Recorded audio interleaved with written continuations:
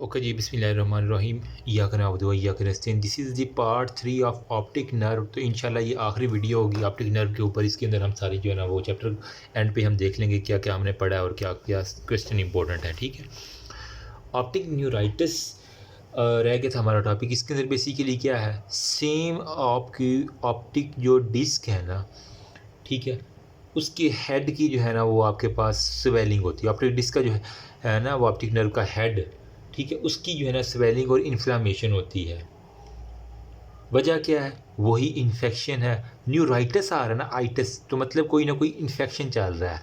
ठीक, अब इसके अंदर फिर बाकियों के अंदर भी जो है ना वो ऑप्टिक नर्व की हमने देखे कुछ क्लिनिकल के, जिसके अंदर हमारे पास वो ऑप्टिक नर्व की जो है ना वो हेड की ही जो है ना वो फाइबर्स की जो है ना वो अडीमा हो रहा था। जिस तरह हमने ऑप्टिक डिस्क अडीमा पढ़ा, वहाँ पे भी तो यही हो रहा था। फिर फ़र्क क्या है, वहाँ पे हमने कहा था कि उस बंदे को शदीद सर दर्द की हिस्ट्री होती है, लेकिन ये जो ऑप्टिक न्यूराइटिस वाला है ना, इसको कभी भी सर दर्द की जो है ना वो कंडीशन नहीं होगी।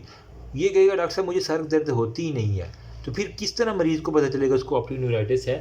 Visual loss in early stage. यार ये कैमरे को क्या है? ओके अब ठीक है।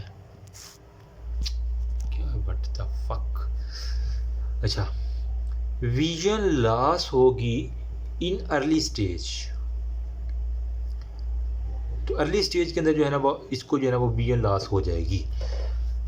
कहेगा डॉक्टर साहब मैंने नज़र घट आना शुरू हो गया, नज़र घट आना, मैंने देखो मैंने की हो गया।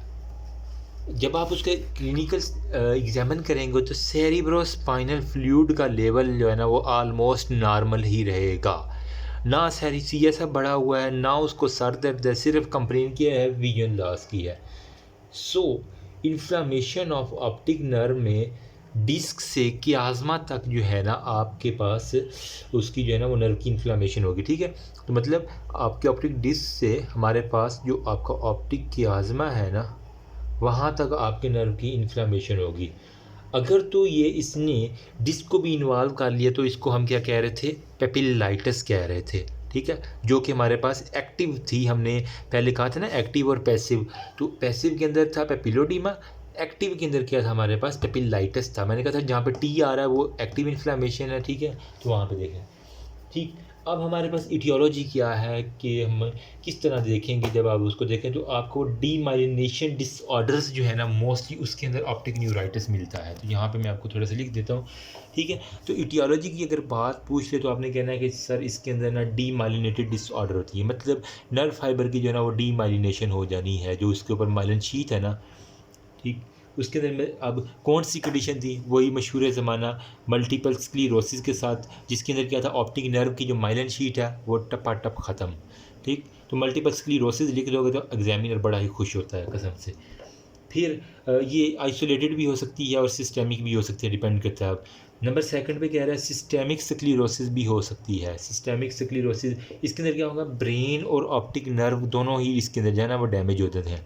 ठीक है, सिस्टेमिक में ब्रेन प्लस ऑप्टिक नर्व जो है ना वो दोनों। फिर एक हमारे पास उसने लिखा हुआ डेविस डिजीज़।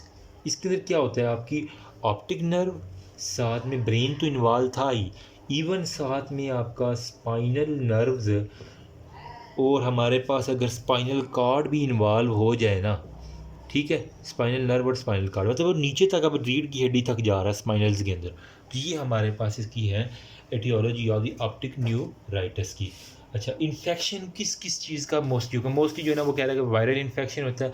आपने मशहूर ज़माना एक सुना होगा वेरिसेला जोस्टर। ठीक है, तो वेरिसेला जोस्टर का जो है ना वो आपका इन्फेक्शन होगा। साथ में पैरा इन्फेक्शन की वजह से हमारे पास जो है ना वो मेनिंजाइटिस की बड़ी इंपॉर्टेंट कंडीशन है। ठीक है, और वो लोग जिन्हें कंटीजियस इन्फ्लामेशन जिस तरह साइनोसाइटिस होता है ना, ठीक है, इस तरह की होगी, तो उनके अंदर मोस्टली देखा गया एटियोलॉजी के अंदर कि हमारे पास ऑप्टिक न्यूराइटिस के साथ आते हैं। साथ में इंट्रा ऑक्यूलर इन्फ्लामेशन, या जिनको यूवीआइटिस, आगे हमने चैप्टर आ रहा है यूवीआइटिस वाला वो पढ़ेंगे। ठीक है, सिस्टेमिक पोली आर्थराइटिस, आपने शायद पैथो के अंदर पढ़ा हो पोली आर्थराइटिस नोडोज़ा वाला। ठीक है, तो वो ही से याद है, पोली आर्थराइटिस के अंदर हमारे पास ये देख रहा है। ठीक, तो अभी तक जो है ना वो ऑप्टिक न्यूराइटिस के साथ जो बंदा आया है उसके पास ये इटियोलॉजी है। अब ये ऑप्टिक न्यूराइटिस कहाँ कहाँ जाके और क्या क्या इफ़ेक्ट फर्दर कर सकता है, वो मैं इस बोर्ड के ऊपर आपको दिखाता हूँ, ताकि इजीली जो है ना हमारा ये कवर हो जाए। ठीक है, होपफुली ये पेपिलोडीमा वाला तो आपका कवर हो ही गया पहली वाली वीडियो में। अच्छा, तो ये जनाब जब ऑप्टिक न्यूराइटिस किसी बंदे को हो गया ना, अगर उसने टाइमली ट्रीट नहीं करवाया तो वो क्या क्या फर्दर हो सकता है ऑप्टिक न्यूराइटिस वाले पेशेंट के अंदर। वो कह रहा है ये वो जा सकता है उसको जो है ना वो पेपिलाइटिस हो सकता है, जो कि एक्टिव जो है ना इन्फ्लामेटरी डिसऑर्डर। इसके अंदर क्या होता है, हमारे पास ओनली ऑप्टिक नर्व इन्वॉल्व होती है, ओनली ऑप्टिक नर्व जो है ना वो हमारे पास इन्वॉल्व होगी। ठीक है, और ऑप्टिक नर्व का भी क्या हेड या डिस्क आप कह लें जो है ना वो इन्वॉल्व होगी, और 40% जो है ना वो पेपिलाइटिस हो जाता है ऐसे मरीजों को। नंबर सेकंड में वो कह रहा है कि न्यूरो रेटिनाइटिस हो सकता है। ठीक है, न्यूरो रेटिनाइटिस में क्या होगा, दोनों ऑप्टिक नर्व, ठीक है, ऑप्टिक नर्व साथ में रेटिनाइटिस, मतलब रेटिना भी अगर इन्वॉल्व हो जाए साथ। ठीक है, ऑप्टिक नर्व और रेटिना इन्वॉल्व होगा तो न्यूरो रेटिनाइटिस होगा। ये 60% केसेस में, 40% में ये, 60% में ये। बाकी वो कह रहा है कि रेट्रो बल्बर ऑप्टिक न्यूराइटिस भी हो सकता है, रेट्रो बल्बर ऑप्टिक न्यूराइटिस। ठीक है, इसके अंदर क्या होगा हमारे पास, orbital part of optic nerve हमने पढ़ी थी ना, इंट्रा कैनेलिकुलर, इंट्रा क्रेनियल, और हमारे पास एक और था ना, इंट्रा 2 सी थे और 2 ओ थे, और इंट्रा ऑर्बिटल था। ठीक है, और कौन सा था, इंट्रा ऑक्यूलर था। तो अब मैं कहता हूँ कि जो इसका ऑप्टिक नर्व का ऑर्बिटल पार्ट अगर इन्वॉल्व होगा ना, ठीक है, orbital part of optic nerve, वजह क्या है, वही मल्टीपल जो है ना वो स्क्लेरोसिस की वजह से। तो उस हमारे पास पेशेंट होगा रेट्रो बल्बर ऑप्टिक न्यूराइटिस के साथ ये प्रेजेंट करेगा। ठीक है, क्लिनिकल सिनेरियो में आता है मोस्टली कि मतलब क्लिनिकल सिम्टम्स में सिनेरियो क्या है। ठीक है, क्लिनिकली सिम्टम्स क्या होंगे ऐसे पेज में, मरीज़ अमूमन जो है ना उसकी एज देखेगी है 20 से 25 साल को, यंग है, जवान, मतलब दोशीज़ा होगी, कोई खूबसूरत सी लड़की होगी ना, समझने वाले समझ गए हैं। ठीक है, उनके अंदर जो है ना वो मोनो न्यूक्लियर विजन लॉस होती है। ठीक है, सडन अचानक जो है ना मोनो न्यूक्लियर, एक आँख के अंदर जो है ना मोनो ऑक्यूलर, सॉरी न्यूक्लियर कह रहा हूँ, मोनो ऑक्यूलर विजन जो है ना वो लॉस हो जाती है। ठीक है, वजह क्या है, पेपिलाइटिस हो सकता है उसको। जब भी ऐसी पेशेंट आए तो आपको पेपिलाइटिस की तरफ जाना चाहिए या फिर ऑप्टिक न्यूराइटिस की तरफ जाना चाहिए। साथ में डिस्कम्फर्ट प्लस पेन होगी आँख के अंदर, डिस्कम्फर्ट प्लस हल्की सी पेन होगी, लेकिन हेडेक नहीं होगा। ठीक है, तो वो माइल्ड से मॉडरेट होगी, बहुत सवेयर नहीं होगी, मतलब वो बर्दाश्त कर सकती है कि मैं वो छोटी मोटी जो पेन किलर खा लेती हूँ इससे ठीक हो जाता है। साथ में जो है ना वो छोटे छोटे जो है ना उसको सितारे भी, दिन में कहते हैं ना तारे नज़र आना, तो यहीं से वो मेरे ख्याल में बना है कि उसको सितारे भी जो है ना वो नज़र आने शुरू हो जाएंगे। ठीक है, ये तो मरीज़ आके बता रहे हैं ना आपको। अब साइन क्या है, जब आप उसको देखेंगे ना, एग्जामिन करेंगे, तो आपको एग्जामिन करने में साइन के अंदर आप क्या क्या लिख देंगे, कोई मुश्किल बात नहीं है, अभी देख लें 2 मिनट में हो जाना, हो जाओ यार। ओके जी, जो हमारे पास साइंस है ना, इसके अंदर वो कह रहा है हमारे पास विजुअल एक्विटी जो है ना वो हमारे पास लॉस्ट होगी। ठीक है, जो कि लीड टू, अगर विजुअल एक्विटी ऐसे से लॉस हो रही तो इवन एक वक्त आएगा कि वो कंप्लीट लॉस ऑफ विजन हो जाएगी अगर उसने जो है ना वो चेक नहीं करवाया। कलर सेंसिटिविटी जो है ना उसकी बड़ी खद काम हो जाएगी, मतलब रेड कलर उसको दिखाएंगे, वो क्या कि ये तो मुझे माल्टा माल्टा नज़र आ रहा है, मतलब उसने कपड़े कोई पहने होंगे, वो बताएगी कुछ कि मैंने ये वाले कपड़े पहने हुए हैं। In other word contrast sensitivity जो है ना वो हमारे पास कम हो जाएगी। साथ में जो है ना वो एक काम में प्यूपल के अंदर पढ़ेंगे, मार्कस गन प्यूपल। ये क्या होता है, लाइट डालने से जो है ना वो प्यूपल बजाय बंद होने के उल्टा वो डाइलेट हो जाता है। ठीक है, जब हम आंखों में लाइट आती है तो हम आंखें बंद कर लेते हैं, मतलब प्यूपल को कंस्ट्रिक्ट करते हैं, लेकिन जब इसके पेशेंट के अंदर जब लाइट डालेंगे ना तो प्यूपल टपाट ऑफ डाइलेट, और वो क्या करेगा, रेटिना के डैमेज होने के चांसेस ज़्यादा बढ़ा देगा। ठीक है, साथ में कह रहा है कि टेंडरनेस भी देखी गई है कि हमारे पास प्रेजेंट होती है बहुत से केसेस के अंदर। अब हमारे पास जब हमने फंडस एग्जामिनेशन करना है ना, उसकी हम बात कर लेते थोड़ी सी।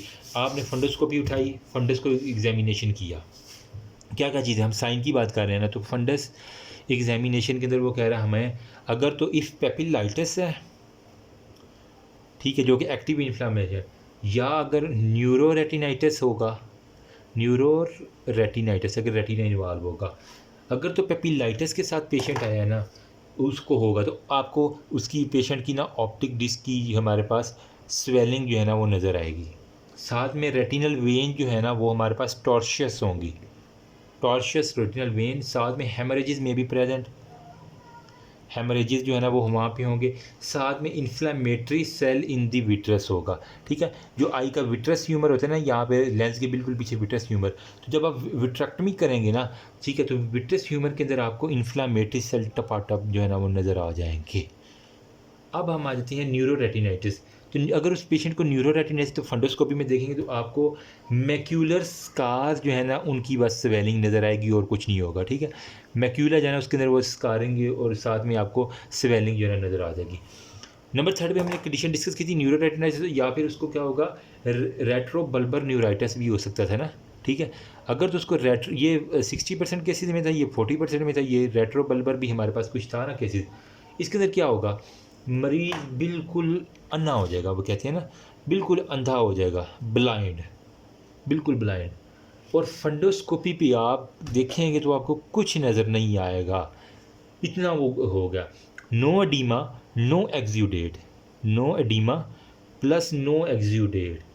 फिर इन्वेस्टिगेशन क्या करेंगे, जब आप उसकी एमआरआई करवाएंगे ना, तो आपको मल्टीपल स्क्लीरोसिस कहीं ना कहीं जो है ना वो डायग्नोस हो जाएगा, ठीक है, जिसमें उसने ना नर्व की जो माइलन शीथ है ना उसको तोड़ फाड़ के परे मारा होगा, ठीक है।